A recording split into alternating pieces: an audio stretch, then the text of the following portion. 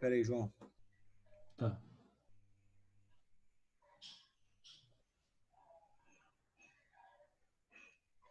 É naquela imagem mesmo que você mostrou que eu vi essa É, estrutura aí. É, aqui. na outra, né? Essa daí. Essa aqui, então. Isso. Entendeu? Então, a perna roda aqui, pensa no paciente todo aqui, no tronco. Ele vai estar fazendo ele vai o pé dele está fixo e ele vai girar no sentido oposto ao que o pé está, entendeu? Entendi. Entendeu? O pé está fixo e o tronco dele rodou nesse sentido.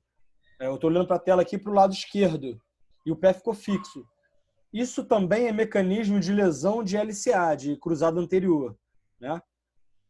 Se o paciente flexionar o joelho, fizer um valgo de joelho, né, com uma rotação interna, a gente leva a uma lesão do ligamento cruzado anterior, né, o mecanismo lesional de cruzado anterior, né? Mas aqui também a gente pode lesionar o, o complexo medial do tornozelo, né, com o membro inferior em extensão, tá? Sim. Membro Tá, inferior. e essa lesão, então, nesse caso que tem, ela pode ser gerado também com uma fratura óssea aí também, então, no Pode, caso, né? pode, pode, pode, pode.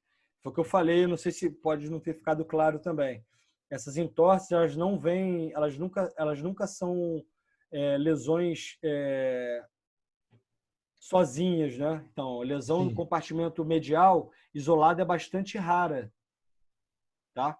Então, é bastante rara, é só a lesão do ligamento deltoide. Pode vir associada a uma fratura, tá? Que é uma fratura até uma lesão trimaleolar em alguns casos, ou bimaleular. Trimaleolar é quando tem um comprometimentozinho da região posterior do talos, né? Então, faz fratura do maléolo interno, faz fratura do maléolo externo e faz uma pequena fratura da região posterior do talos. Eu tive uma paciente, a mãe de uma amiga minha, da amiga da minha esposa, na verdade, que estava em Portugal, subindo lá uma ladeira em Porto, lá, sei lá, pisou era, como é que é? Uma rua de pedras, né? Ela pisou, torceu o pé, fratura trimaleolar. Cirurgia, placa, fio, imobilização, enfim. Passamos aí mais de um ano, mas aí ela cansou um pouco da fisioterapia, já estava super bem, já estava fazendo funcional, já fazia hidroterapia, hidroginástica, fazendo atividade funcional, né? Então eu fui desmamando, enfim. Tá bem funcional, assim. Mas é bem isso. Ela fez uma entorse aí, nem ela sabe como é que foi.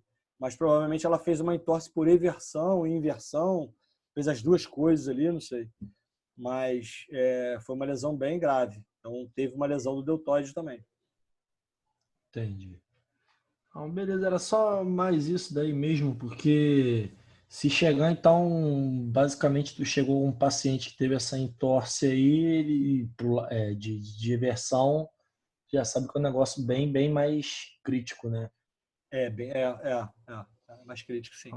É mais severo um Ok, pouquinho. valeu. Falou? Thiago, Fala, Vitória. é, para, Pituca. Hoje é a Pituca que tá ativo. Pituca? É, uma entorse maltratada e mal curada, a pessoa pode voltar a ter essa entorse? Pode, pode.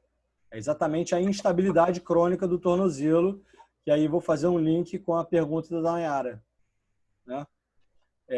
Esse paciente que ele é maltratado, ele pode evoluir com uma instabilidade.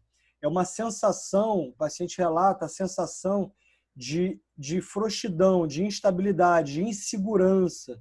Por exemplo, quando está num meio instável, caminhando na praia, ou numa rua muito esburacada, ou quando foi passear lá na Rua das Pedras, lá em Búzios, e sentiu muita insegurança, fez pequenas entorses, assim, essa insegurança, a articulação ela tá mais frouxa, grosso modo, né? Tá mais instável, tá?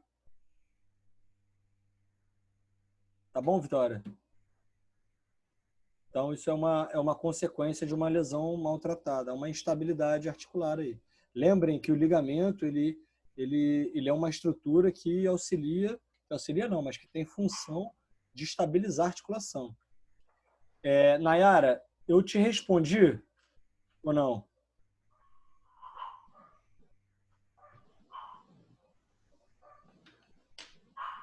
Só porque a ligação é. Respondi? Então tá bom. Então tá Professor, bom. Oi. contra a prevalência homem e mulher, branco e negro, existe algum estudo sobre isso? Existe. As mulheres, elas são mais acometidas. Mas deve ser a questão, então, por causa de salto alto, é isso? Provavelmente. Mas aí, beleza. se a gente... isso numa população geral. Mas aí, se a gente leva em consideração atletas, a proporção de entorse de tornozelo em homens é muito maior. Entendeu? Entendi.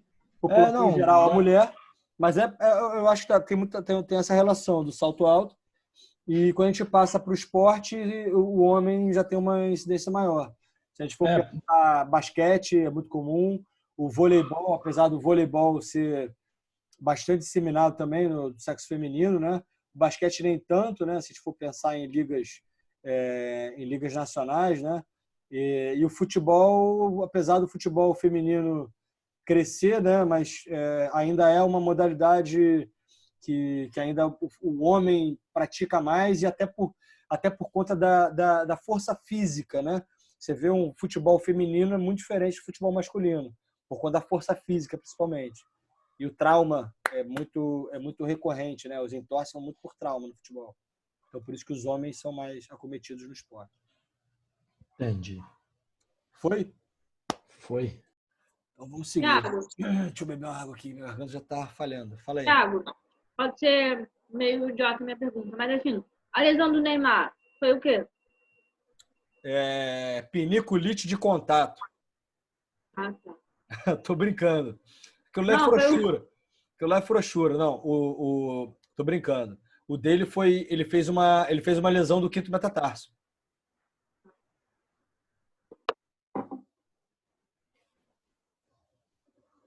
Entendeu? Tem até que ver se ele tem ossos de vidro, cara, porque toda vez quebra um osso, da outra vez foi processo transverso, toda vez quebra um. Por isso que eu tô falando que ele apanha pra cacete, mas pede pra apanhar. Não vou entrar no mérito, não, que eu tô com saudade de futebol. Então, mas ali, o que foi. Não, o que foi diagnosticado foi. Tanto que ele colocou até uma plaquinha, né? Mas foi uma lesão do quinto metatarso por entorse. A gente não falou lá, um bom exemplo até. A gente não falou lá das regras de Ottawa? Uma das possibilidades de refutar, né? Uma das complicações de diagnóstico diferencial não é a lesão da base do quinto metatarso?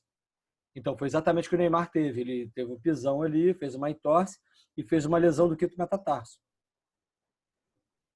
Tá?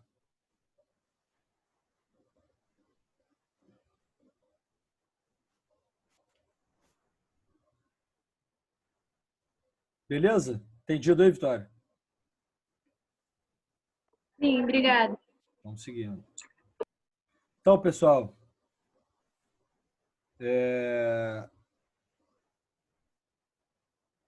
a gente, dando continuidade, a gente falou da uma escala de funcionalidade, né? De membro inferior. Eu só acrescentei algumas informações aqui, que a mudança mínima clinicamente importante. O que seria isso? Quando eu falei lá de uma outra escala, que eu acho que foi a escala de Womack, se eu não me engano, que não, Womack não, acho que foi SPAD, né? A escala de ombro, quando a gente falou lá de uma escala funcional do SPAD, a gente tem que ter para que a gente tenha uma melhora clínica do paciente, que a gente observe uma melhora clínica, objetivamente falando, né? A gente passar o questionário novamente para o paciente e daí ele relatar, a gente ver visualmente, de acordo com as respostas, né? Baseado nos relatos do paciente, que essa melhora ela é significativa, a gente tem que ter uma alteração da pontuação dessa escala ou desse questionário. Tá? Então, isso chama-se mudança mínima clinicamente importante. Então, é uma alteração da pontuação de melhora. Então, isso é algo visual, né? E é autorrelato do paciente, ou seja, o próprio paciente está dizendo, não é o terapeuta que está dizendo, você melhorou sim, apesar da gente ter que fazer isso porque o paciente tem memória muito curta. Mas quando a gente passa um questionário, a gente tem isso objetivamente, em números, né? Em percentual. Então, para esse questionário de funcionalidade do membro inferior, a gente tem que ter uma melhora de 9 pontos na escala num período de 4 semanas, para que a gente identifique que essa melhora ela é clinicamente importante. Tá? Então, essa é uma escala na qual a gente vai avaliar o membro inferior de uma forma geral, tá? Funcionalidade. Inclusive, o João Paulo até fez uma pergunta bem relevante na semana passada, né? Do qual, por uma determinada tarefa, o paciente não conseguia fazer, não por conta do tornozelo, mas por conta do joelho. E aí eu respondi que há uma perda de funcionalidade do membro inferior. Tá? Então, a gente está avaliando a funcionalidade do membro inferior. Mas existem escalas específicas para o tornozelo. Tá? Por exemplo, essa escala aqui, que é uma escala de mensuração de habilidade de pé e tornozelo, que também é uma escala validada, enfim, para a língua portuguesa, no qual a gente vai ter dois domínios aí, tanto domínio para AVD, para atividades da vida diária, quanto domínio de esporte. E aí a gente pode avaliar isso separadamente, tá? Então, se o paciente não faz modalidade nenhuma, não é atleta, ou, enfim, não é um praticante de atividade física, de repente nem é tão válido a gente fazer as perguntas de acordo com o esporte, tá? Mas sim com as atividades da vida diária, tá bom? Então, esse é um questionário que eu não falei na semana passada com vocês, e aí eu vou passar agora rapidamente para a gente dar uma olhada.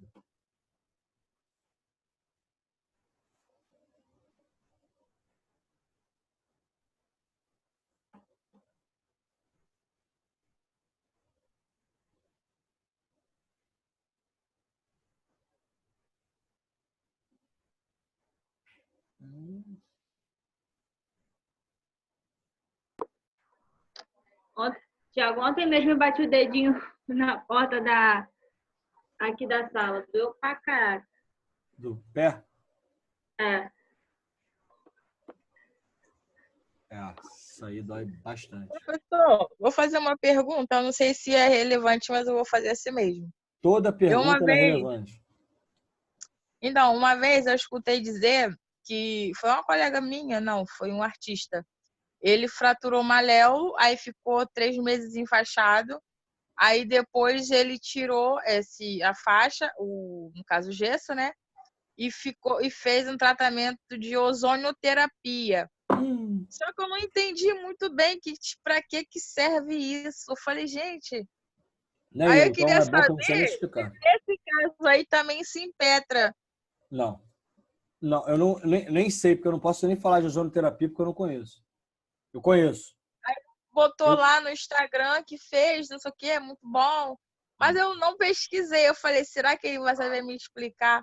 Eu fiquei curiosa. Eu falei, ozonioterapia. Existe esse tratamento para estética também, que tem respostas bacanas e tal, mas tem gente extrapolando aí para músculo esquelético, mas é o tipo de terapia que não tem nenhum dado científico robusto, não tem estudo disso, então assim, eu não... porque eu não achei nenhum artigo falando sobre. Não. Tem artigo falando mal.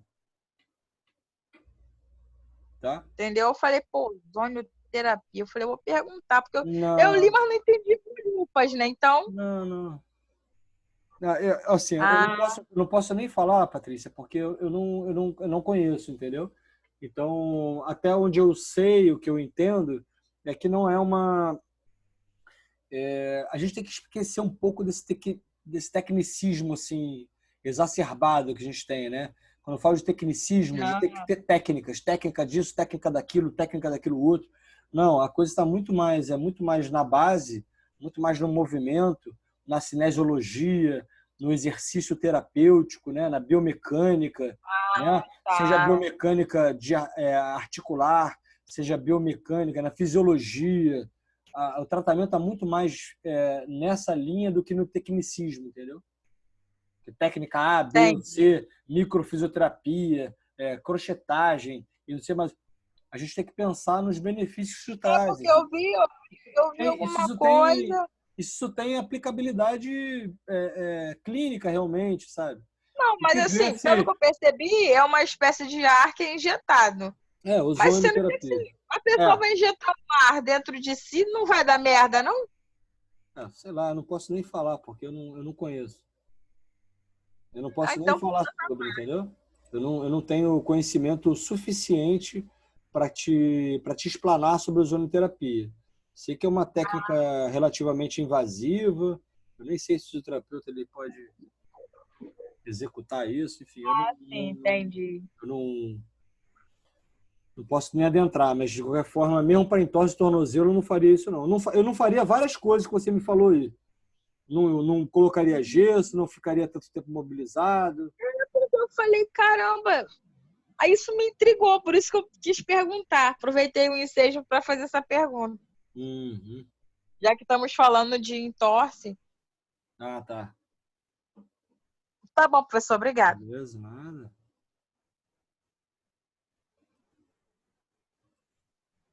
Então, pessoal, falando aí de uma escala, de um questionário relacionado a pé e tornozelo, mais especificamente. Então, é um questionário validado aí. São 22 questões, se não me engano, 21 itens e mais 8 para esporte, se não me engano. Acho que é isso. São 21 itens de AVDs e 8 para esporte. Daí a gente vai pontuar da seguinte forma: 0 para nenhuma dificuldade e 4 para incapacidade de fazer, né? Então, quanto maior a pontuação, pior a pontuação desse paciente. Tá? Então, 0, 1, 2, 3, 4. Então, se o paciente ele pontua 0, quer dizer que ele está extremamente funcional, não tem nada que impeça. E se ele pontua 84, né? Esse paciente está numa situação mais grave, tá? Seria o pior. Então, mais uma vez, a gente pode multiplicar isso por 100, né? E a gente vai ter um percentual. Tá? Então, algumas atividades aí. Ficar de pé, caminhar no plano em superfície irregular, caminhar no plano em superfície irregular descalço, subir morro, descer morro, subir escada, descer escada. Então, para cada item desse aqui, o paciente vai dizer se ele não tem dificuldade nenhuma, se é pouco ou leve, se é moderado ou se é extrema, ou se ele não consegue fazer de jeito nenhum, ou se isso não se aplica a ele. Tá? Então, não se aplica, a gente não leva em consideração. E para esporte, a mesma coisa. Tá? Correr, pular, amortecer salto. Então, se o paciente não faz nenhuma dessas atividades, a gente nem não pratica atividade física, a gente nem leva em consideração essa subescala aqui. Tá? Isso aqui eu vou encaminhar para vocês. E aí vai dar uma pontuação. Essa pontuação a gente pode colocar em percentual e a gente acompanhar esse paciente. Tá? Para essa escala, o paciente ele tem que ter uma melhora de 9 pontos, de 8 pontos, melhor dizendo, de 8 pontos em 4 semanas de tratamento. Tá? Se a gente for levar em consideração a subescala de esporte, vai ter que ter 9 pontos, né? Que seria uma mudança mínima clinicamente importante. Então, isso são parâmetros para a gente poder evoluir com o nosso paciente ou até mesmo para a gente poder dar alta, né? Então, são critérios mais objetivos e centrados no paciente. Mais uma vez, eu estou falando. Nosso tratamento ele é centrado no paciente, tanto para avaliar quanto para tratar. Então, parâmetros parâmetros e recomendações na avaliação clínica para reabilitação.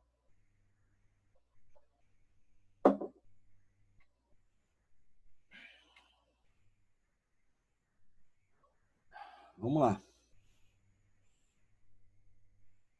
Tudo bem, pessoal? Estão acompanhando aí? Então, né? Então, vamos lá. Então, esse é um quadro... Esse é um quadro que está naquele artigo lá de recomendação, de consenso, né? Do consenso, no qual a gente viu e discutiu sobre as 5 recomendações para avaliação clínica, né? E daí foram traçados, né? Oi. Tem uma mensagem no chat. Mensagem no chat é difícil, eu não consigo ver. É que eu leia?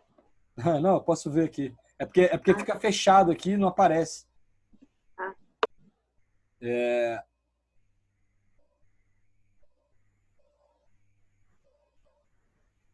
Tá, vou voltar aqui então.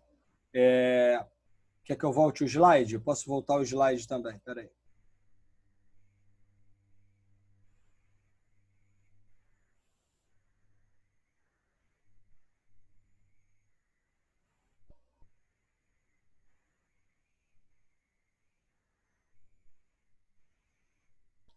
Então, Nayara, você não entendeu a pontuação, né? A pontuação é o seguinte: a maioria das escalas são assim, né? A gente vai pontuar de 0 a 4, tá? A gente vai pontuar de 0 a 4.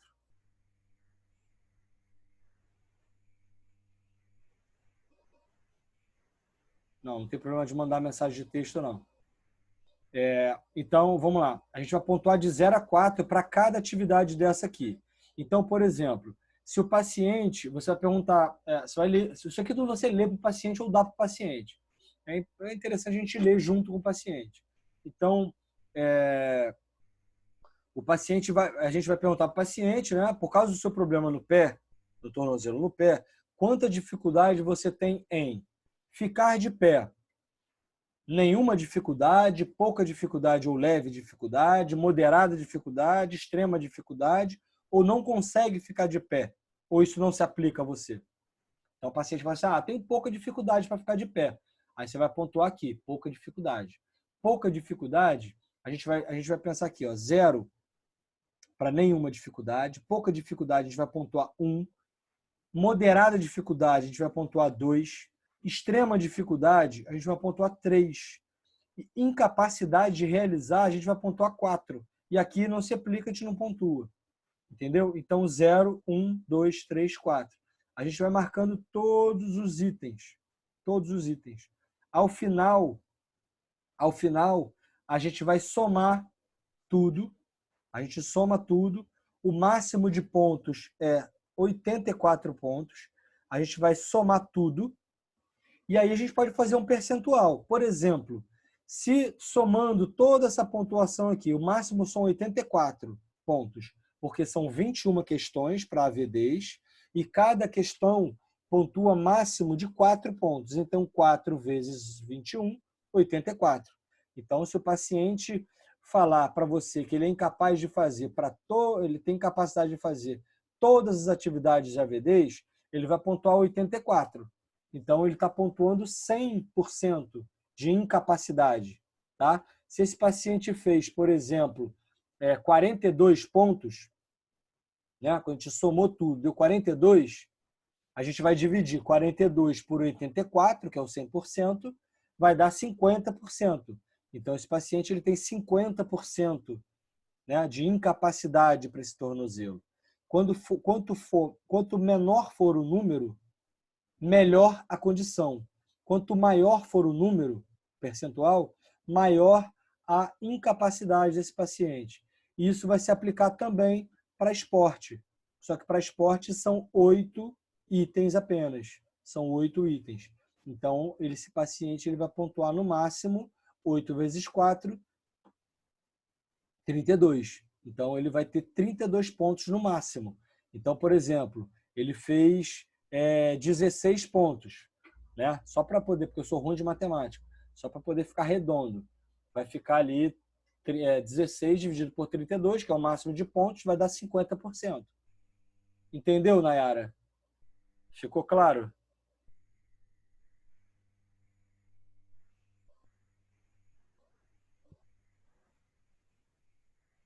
Beleza. Tiago, Oi. uma dúvida. Essa avaliação a gente tem que interpretar no que o paciente diz, ou a gente pode ter um olhar clínico para isso? Porque Não, não. De eu jeito via lá nenhum. no estágio que você assim, tem um olhar clínico já. Você, com muitos anos, você sabe quando o paciente está mentindo, assim, ou, sei lá, exagerando naquela dor. Aí outra Você, coisa. Hum. né? Aí, como é feita essa avaliação? É no que ele diz? Autorrelato, isso. Ah, tá. Isso essa interpretação que eu dou, que eu conversei com vocês, né?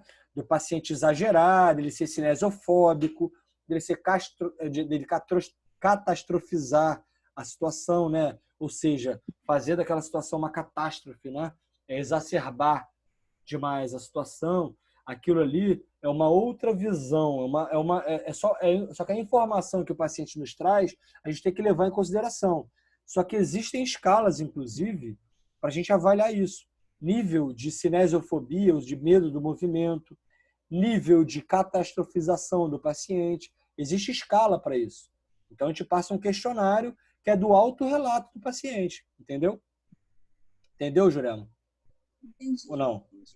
Mas olha só, entendeu? É diferente essa avaliação, né? Essa avaliação Isso. no relato dele. Isso, é autorrelato. Todos os questionários são questionários de autorrelato, que a gente fala de PROM. PROM é uma sigla em inglês, que diz que é mensuração, que é medida de autorrelato do paciente.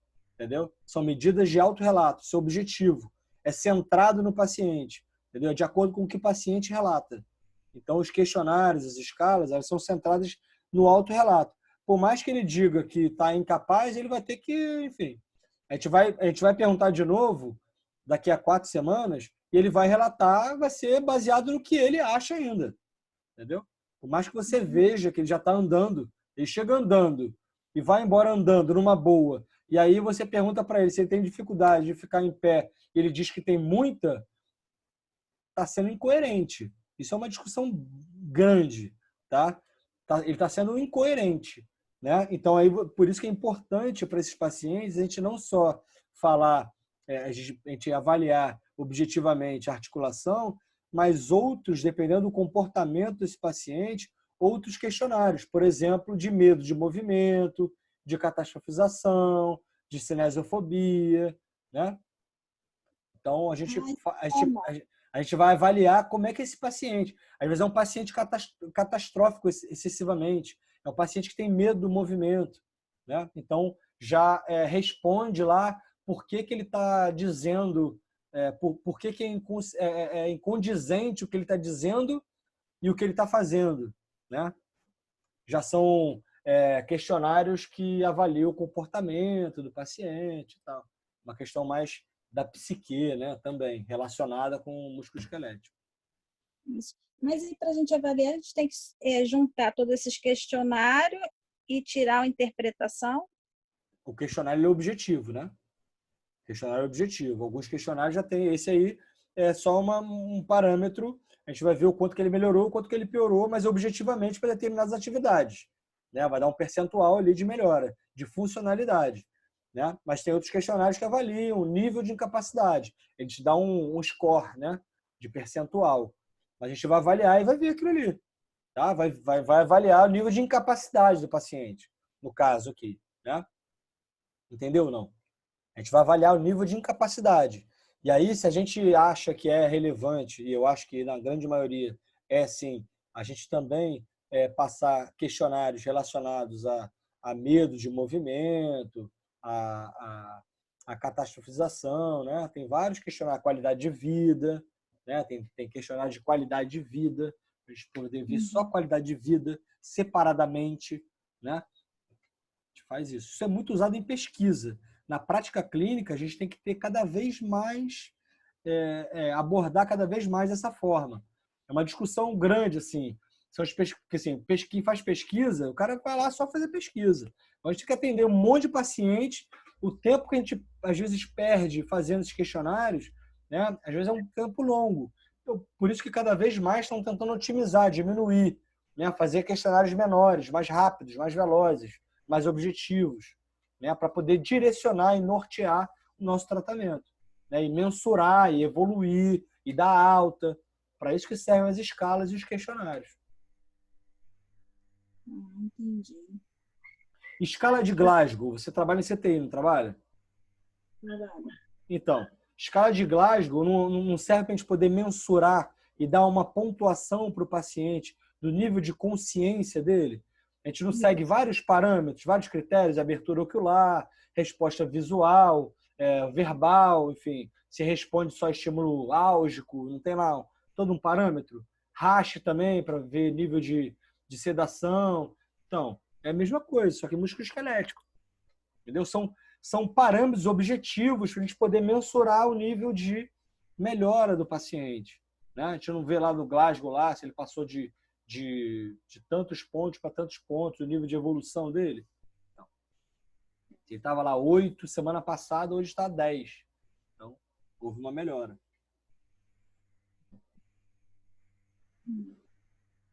Não está claro, né, Jurema? Tá sim. Tá? Tem certeza? Oi? Tem certeza? Não tenho. Então tá. Porque Qualquer coisa, só chamar. Fala. Por quê? Não, porque assim, para desenvolver um trabalho, vai depender muito também da nossa experiência, né? Uhum. Com o paciente. Uhum. É a prática. A prática é exatamente isso. Eu estou passando teoria para vocês, formas, o que vocês podem utilizar. Eu estou passando material, entendeu? Você pode pegar, se você é casado, se tem filho, você pode pegar esse questionário e passar com o seu filho, com o seu paciente, com o seu tio, com o seu avô. Pega, liga para sua mãe de vídeo, não sei se tem mãe, enfim, para alguém que teve uma entorse do tornozelo, já teve algum dia, alguém que você conheça, ou então lá do questionário de joelho, lá, quem tem, você vê que tem lá uma entorse do joelho, que tem artrose do joelho, passa lá o questionário OMAC, vê qual a pontuação, vai lá, pratica com as pessoas que estão ao seu lado. Não é entrevista, você perguntar e o paciente vai respondendo. E aí você vai ver lá quantos pontos que fez, né? E aí prescreve exercício. A gente não falou de um monte de exercício? Prescreve exercício, vai fazer agachamento 3 vezes, vai subir e descer a escada, e aí vê. Aí mensura daqui a 2 semanas, 4 semanas, entendeu? A gente mensura novamente. Daqui a 1 mês de exercício, de atividade, a gente passa o questionário de novo e vê se teve uma melhora. É isso. Tá? Entendi. A gente tem que tentar trazer para a nossa realidade. Agora ficou um pouco difícil, né? Mas vamos tentar. O que está dizendo hoje em dia? Tô falando agora por causa desse vírus. A gente está sem contato com as pessoas. Então, eu atendo online ainda, estou atendendo alguns pacientes online, enfim. Mas hoje, por exemplo, só para dar um exemplo, hoje me ligou uma paciente me procurando para tratar do joelho, que ela fez prótese dos 2 joelhos, uma há 5 anos e outra há 1 ano, e ela está muito parada, mora sozinha, tem 80 anos, e me ligou para atendimento. Como é que eu vou avaliar essa paciente? Sem botar a mão. Entrevista. Entrevista. Vou colher a história dela. Já colhi alguma coisa. Mas entrevista. O que eu vou fazer? Aí, nesse caso, aí você vai se nortear pelos questionários, né? O questionário, ele vai me dar um norte em relação ao quanto que ela é funcional, ao que ela faz de função. Em relação à amplitude de movimento, eu não vou ter como fazer uma goniometria, mas eu posso ver se ela consegue sentar e levantar, se deitada ela consegue levar o calcanhar no glúteo, no bumbum, né? Se ela de pé, ela estica o joelho todo. Então eu vou ter que ver tudo isso. Então você vai criar um histórico dela, é isso? Você vai colher um histórico dela olha só, e vai associar com os questionários. Com o questionário também e teste funcional. Dona Marlene, bota lá seu celularzinho, pega uma cadeira, senta na cadeira, fica de frente para a cadeira. Cruza os braços na frente e você vai levantar e vai sentar. Eu vou contar quantas vezes a senhora vai fazer. Vamos testar? Ó, vamos lá, faz, valendo. Fez lá, eu vou contar quantas vezes. O que é isso? Não é o teste de sentar e levantar, que a gente falou lá de osteoartrose? Não é o teste funcional? E eu vou lá, vou mensurar. O tratamento para esse paciente é exercício. É exercício. E aí eu vou determinar quais exercícios que ela